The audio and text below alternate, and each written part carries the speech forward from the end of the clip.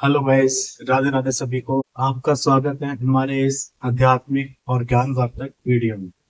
आज हम श्रीमद् भगवत गीता के प्रथम अध्याय के 34वें श्लोक को सरल हिंदी भाषा में समझेंगे और जानेंगे कि अर्जुन के मन में अपने प्रियजनों को लेकर इतनी गहरी चिंता क्यों उत्पन्न हुई थी। गीता का पहला अध्याय हमें केवल कुरुक्षेत्र की युद्ध भूमि का दृश्य नहीं दिखाता, बल्कि मनुष्य के भीतर चलने वाले भावनात्मक संघर्ष का भी दर्शन कराता है। अर्जुन उस समय केवल एक योद्धा नहीं थे, बल्कि एक पुत्र, शिष्य, भाई, संबंधी और परिवार के सदस्य भी थे। उनके सामने युद्ध भूमि में वे लोग खड़े थे जिनसे उनका जीवन जुड़ा हुआ था।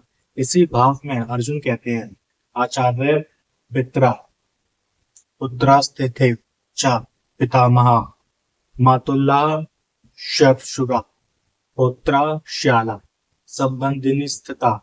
अर्थात, हे कृष्ण, मेरे सामने मेरे आचार्य, पिता, सम्मान बड़े बुजुर्ग, पितामह, पुत्र, मामा, ससुर, पौत्र, साले तथा अन्य सभी संबंधी खड़े हैं। दोस्तों, इस श्लोक में अर्जुन ने उन सभी रिश्तों का स्मरण किया है जो उनके जीवन के लिए अत्यंत महत्वपूर्ण थे। ध्यान दीजिए, अर्जुन युद्ध भूमि में खड़े होकर अपने सामने मौजूद लोगों को केवल योद्धाओं के रूप में नहीं देख रहे थे, वे हर व्यक्ति के साथ अपने रिश्ते को याद कर रहे थे।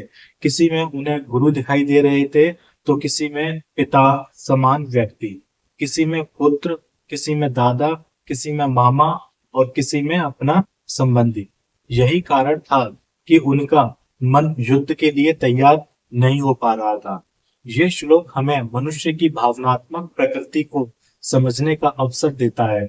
जब हम किसी व्यक्ति को केवल एक भूमिका में देखते हैं तो हमारा व्यवहार अलग होता है, लेकिन जब उसी व्यक्ति से हमारा भावनात्मक रिश्ता जुड़ा जाता है तो परिस्थितियां हमारे लिए बहुत कठिन हो जाती हैं। उदाहरण के लिए, एक सैनिक युद्ध भूमि में अपने सामने शत्रु सैनिक को एक योद्धा के रूप में देख सकता है, लेकिन यदि उसे पता चले कि सामने उसका अपना भाई या कोई अत्यंत प्रिय व्यक्ति है, तो उसके मन की स्थिति पूरी तरह बदल सकती है। अर्जुन के सामने भी कुछ ऐसा ही था। वे जानते थे कि वह युद्ध उनके लिए केवल राज्य की लड़ाई नहीं है, ये उनके अपने परिवार और संबंधों के बीच होने वाला संघर्ष है। इसलिए उनका मन बार बार पीछे हट रहा था। अब आइए इस श्लोक के प्रत्येक भाव को थोड़ा गहराई से समझते हैं। अर्जुन सबसे पहले आचार्यों का नाम लेते हैं। आचार्य अर्थात गुरु। गुरु हमारे जीवन में केवल ज्ञान देने वाला व्यक्ति नहीं होता, बल्कि वह हमारे व्यक्तित्व के निर्माण में भी महत्वपूर्ण भूमिका निभाता है। अर्जुन के लिए युद्ध भूमि में गुरु का सामने होना बहुत बड़ी भावनात्मक चुनौती थी। जिनसे उन्होंने अस्त्र शस्त्र सीखे, जिनसे उन्होंने शिक्षा प्राप्त की, उन्हीं के विरुद्ध हथियार उठाना उन्हें अत्यंत कठिन लग रहा था। इसके बाद अर्जुन पिता समान लोगों और पितामहों का स्मरण करते हैं। हमारे भारतीय संस्कारों में बड़े बुजुर्ग के प्रति सम्मान को बहुत महत्वपूर्ण माना गया है। अर्जुन की दृष्टि में युद्ध का अर्थ केवल एक प्रतिद्वंदी को हराना नहीं था। उन्हें लग रहा था कि वे उन लोगों के विरुद्ध खड़े हैं जिनसे उन्होंने जीवन में सम्मान और स्नेह पाया है। फिर अर्जुन पुत्रों का उल्लेख करते हैं। पुत्र का संबंध प्रेम, जिम्मेदारी और भविष्य में जुड़ा होता है। किसी पिता के लिए अपने पुत्र को खतरे में देखना कितना कठिन हो सकता है, ये हम सहज रूप से समझ सकते हैं। अर्जुन की दृष्टि में युद्ध भूमि पर खड़े लोग केवल योद्धा नहीं थे, बल्कि किसी के पुत्र, किसी के पिता और किसी के परिवार का हिस्सा थे। फिर वे पितामहों और मामा जैसे रिश्तों को याद करते हैं। ये दिखाता है कि अर्जुन का मन लगातार रिश्तों के जाल में उलझता जा रहा था। एक तरफ उनका क्षत्रिय धर्म था, दूसरी तरफ परिवार के प्रति उनका प्रेम और सम्मान।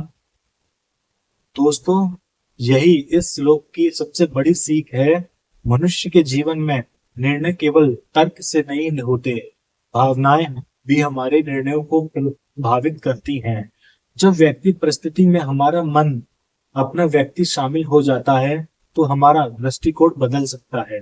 यदि कारण है कि जीवन के कठिन निर्णयों में हमें अपनी भावनाओं को पहचानना जरूरी है, लेकिन साथ ही हमें ये भी समझना जरूरी है कि भावनाओं के कारण हमारी दृष्टि कहीं संकुचित तो नहीं हो रही।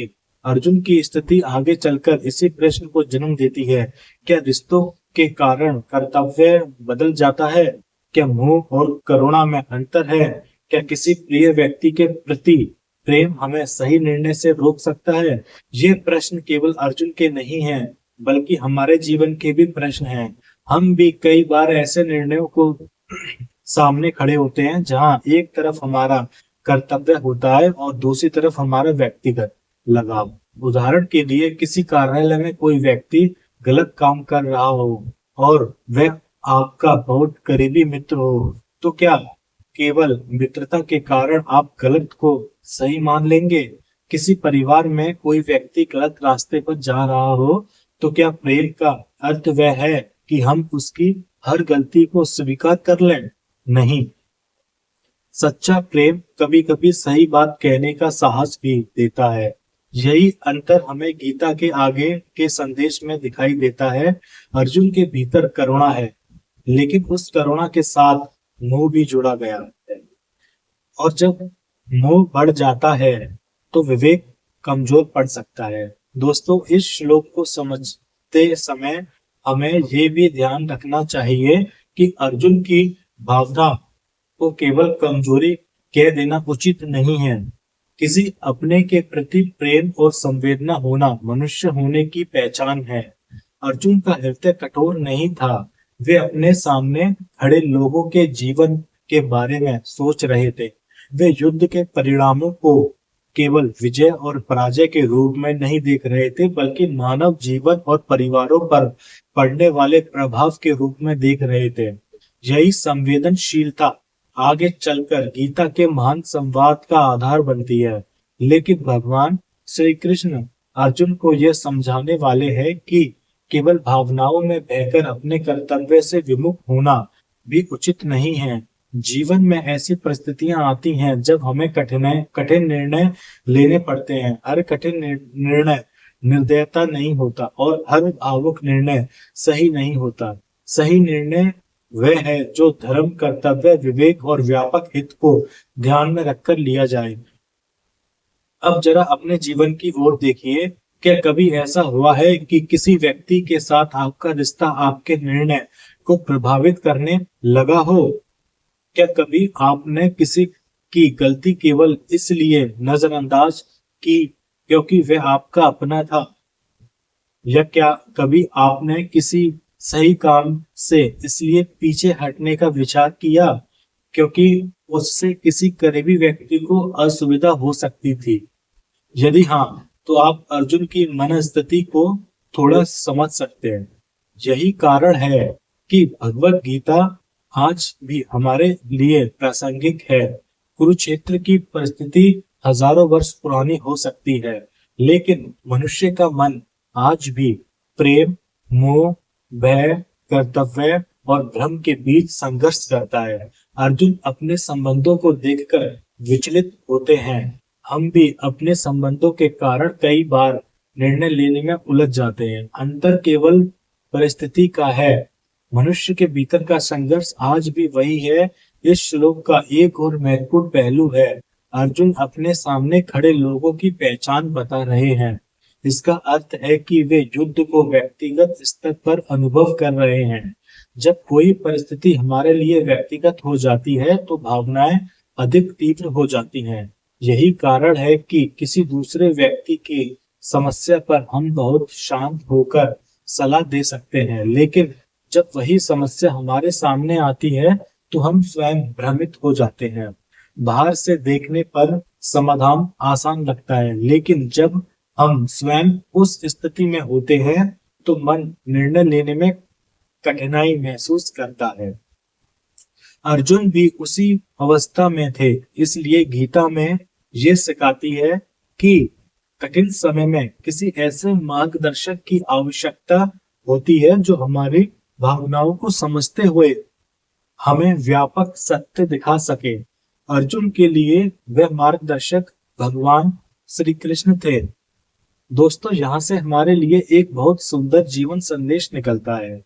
जब मन बहुत अधिक उलझा हुआ हो, तब तुरंत निर्णय लेने के बजाय थोड़ा रुकना चाहिए, अपनी भावनाओं को देखना चाहिए और फिर विवेकपूर्ण मार्गदर्शक लेना चाहिए। हर समस्या का समाधान तुरंत दिखाई नहीं देता। कभी कभी सही उत्तर तक पहुंचने के लिए पहले अपने मन की स्थिति को स्वीकार करना पड़ता है। अर्जुन ने भी यही किया। उन्होंने अपने मन की बात श्री कृष्ण के सामने रखी। उन्होंने अपनी कमजोरी छिपाने की कोशिश नहीं की। यही ईमानदारी आगे चलकर उनके ज्ञान का द्वार खोलती है। आज हम अक्सर अपनी परेशानियों को छिपाने की कोशिश करते हैं। हम दिखाना चाहते हैं कि हम मजबूत हैं, हमें किसी की जरूरत नहीं है, हम सब खुद संभाल सकते हैं। लेकिन वास्तव में अपनी उलझन को स्वीकार करना कमजोरी नहीं, बल्कि आत्मज्ञान की शुरुआत हो सकती है। अर्जुन ने स्वीकार किया कि वे भ्रमित हैं और उन्हें मार्गदर्शन चाहिए।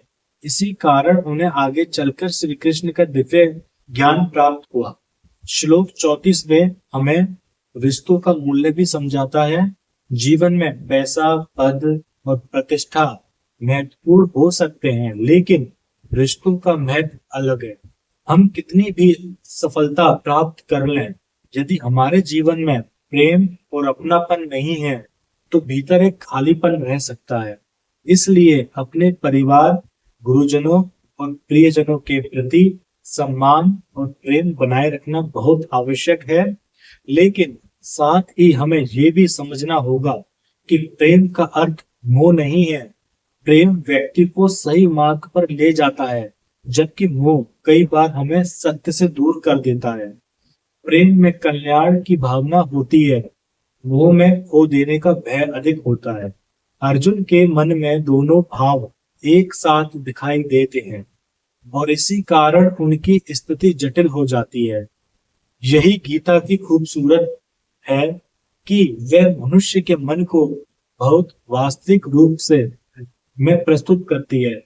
यहाँ ऐसा कोई पात्र नहीं है जो भावनाओं से पूरी तरह मुक्त हो। अर्जुन प्रश्न करते हैं, विचलित होते हैं और फिर ज्ञान की ओर बढ़ते हैं। श्री कृष्ण उन्हें धीरे धीरे दृष्टि तक ले जाते हैं, जहां से शरीर, आत्मा, कर्तव्य, कर्म और धर्म के व्यापक सत्य को समझ सकें।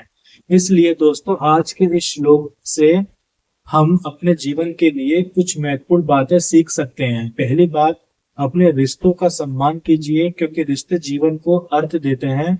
दूसरी बात, किसी कठिन परिस्थिति में भावनाओं को दबाइए नहीं, बल्कि उन्हें पहचानिए। तीसरी बात, भावना और विवेक के बीच संतुलन बनाइए। और चौथी बात, जब मन भ्रमित हो तो सही मार्गदर्शन लेने में संकोच मत कीजिए। अर्जुन के सामने पूरा युद्ध था, लेकिन उनका वास्तविक संघर्ष उनके मन के भीतर था। और शायद यही कारण है कि गीता का ज्ञान आज भी करोड़ों लोगों के लिए मार्गदर्शक बना हुआ है, क्योंकि हम सभी के जीवन में किसी न किसी रूप में हमारा अपना कुरुक्षेत्र आता है। कभी वह परिवार से जुड़ा होता है, कभी करियर से, तो कभी रिश्तों से, कभी धन से और कभी हमारे अपने मन से। ऐसे समय में हमें अर्जुन की तरह प्रश्न करने का साहस और श्री कृष्ण की तरह सत्य को स्वीकार करने की क्षमता चाहिए।